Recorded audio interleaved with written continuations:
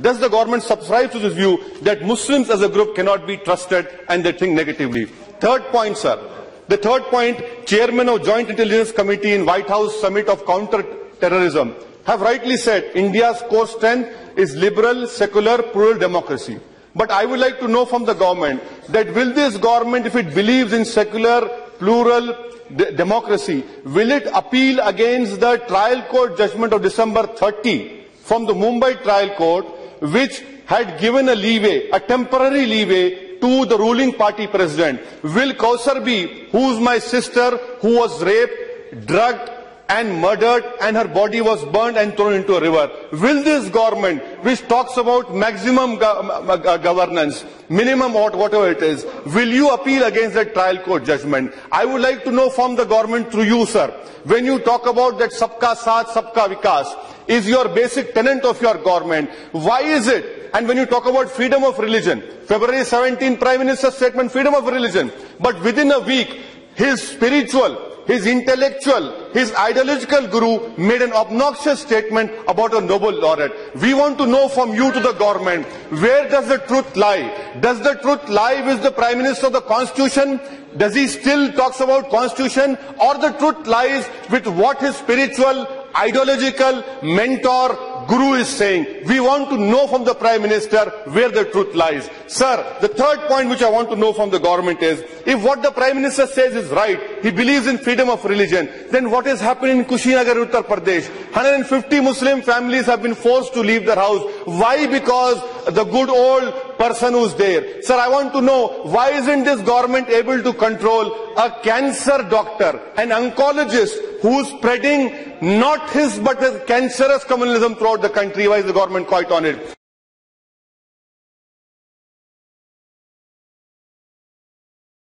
आदरणीय सभापति महोदय जी, हमारे देश में राजनीतिक कारणों से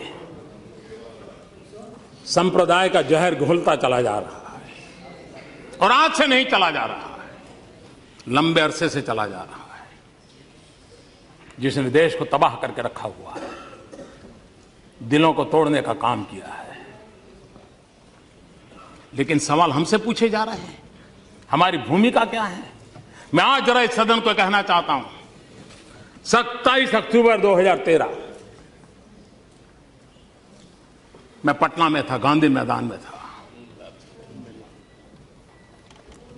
बम धमाके हो रहे थे, निर्दोष लोग मौत के घाट उतारे गए थे, लाखों की जनमेदनी थी, बड़ा ही कलुषित माहौल था, रक्त की धाराएं बह रही हैं। उस समय जब इंसान के हृदय से बातें निकलती हैं, वो सच्चाई के तराजू पर 100% सही निकलती है, उसमें कोई लाग लपेट नहीं होता है। बम बंदूक के बीच रक्त बह रहा था, लोग मर रहे थे। उस समय मेरा जो भाषण है, और उसमें मैंने कहा था कि मैं कहना चाहता हूं, मैं पूछना चाहता हूं कि बताइए, हिंदुओं को किसके साथ लड़ना है? क्या मुसलमान के साथ लड़ना है कि गरीबी के साथ लड़ना है? मैं मुसलमानों को पूछता था, क्या आपको हिंदुओं को साथ लड़ना है कि गरीबी के खिलाफ लड़ना है? और मैंने कहा था, आइए, बहुत लड़ लिया, हिंदू मुसलमान एक होकर के हम गरीबी के खिलाफ लड़ाएंगे। हिंदुओं को किसके साथ लड़ना है? क्या मुसलमान के साथ लड़ना है कि गरीबी के साथ लड़ना है? मैं मुसलमानों को पूछता था, क्या आपको हिंदुओं को साथ लड़ना है कि गरीबी के खिलाफ लड़ना है? और मैंने कहा था, आइए, बहुत लड़ लिया, हिंदू मुसलमान एक होकर के हम गरीबी के खिलाफ लड़ाएंगे। पटना के गांधी मैदान में बम बंदूक और पिस्तौल और गोलियों के बीच में उठाई हुई आवाज है। भारत को प्रेम करने वाले हर व्यक्ति के लिए ये बात साफ है, यह दाइश विविधताओं से भरा हुआ है। विविधता में एकता, यही हमारे देश की पहचान है, ये हमारी ताकत है। हम एक रूपता के पक्षकार नहीं है। हम एकता के पक्षकार हैं और सभी संप्रदायों का फलना फूलना ये भारत की धरती पर ही संभव होता है। ये भारत की विशेषता है। और मैं ये कहना चाहता हूं कि हमारा जो संविधान बना है वो संविधान हजारों साल के हमारे चिंतन की अभिव्यक्ति है। हमारा जो संविधान बना है वो हमारे भारत के सामान्य मानवी की आशा आकांक्षाओं की प्रतिबिंबित करने वाला संविधान है। और इस संविधान के मर्यादा में रह करके देश चल सकता है। देश संविधान की मर्यादाओं के बाहर नहीं चल सकता है। किसी को भी कानून हाथ में लेने का अधिकार नहीं होता है। किसी को भी संप्रदाय के आधार पर किसी के साथ डिस्क्रिमिनेशन करने का अधिकार नहीं होता है। हर एक किसी को अपने साथ चलने का अधिकार है। और मेरी जिम्मेवारी है सरकार में बैठा हूं, सरकार कैसे चलेगी उसकी जिम्मेवारी है।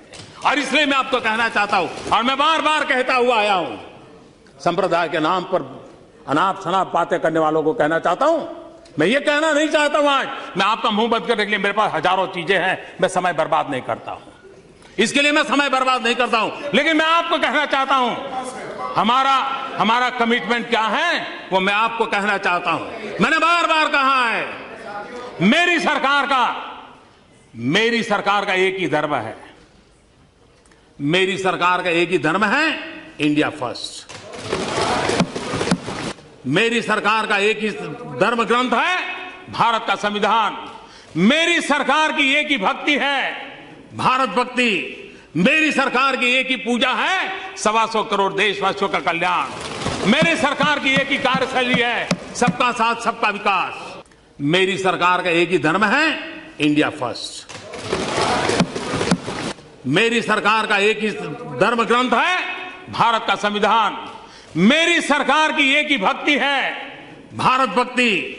मेरी सरकार की एक ही पूजा है 125 करोड़ देशवासियों का कल्याण। मेरी सरकार की एक ही कार्यशैली है सबका साथ सबका विकास। और इसलिए हम संविधान को लेकर के संविधान की सीमा में रह करके देश को आगे बढ़ाना चाहते हैं। हमारे यहां एकम सत विप्रः बहुधा वदन्ति हमारा तत्व ज्ञान रहा। Truth is one says calls in a different way. सत्य एक है, विद्वान लोग उसको अलग अलग तरीके से कहते हैं। ये हम कहने वाले लोगों में से है। और इतना ही नहीं,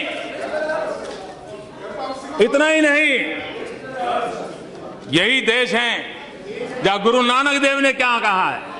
गुरु नानक देव ने कहा है सब में ही रब रेहिया प्रभु एकाई। सब में ही रब रेहिया प्रभु एकाई। पेख पेख Nanak बिगसाई। The one God pervades within all, beholding him in all, Nanak in delighted। ये हमारा तत्व ज्ञान रहा है।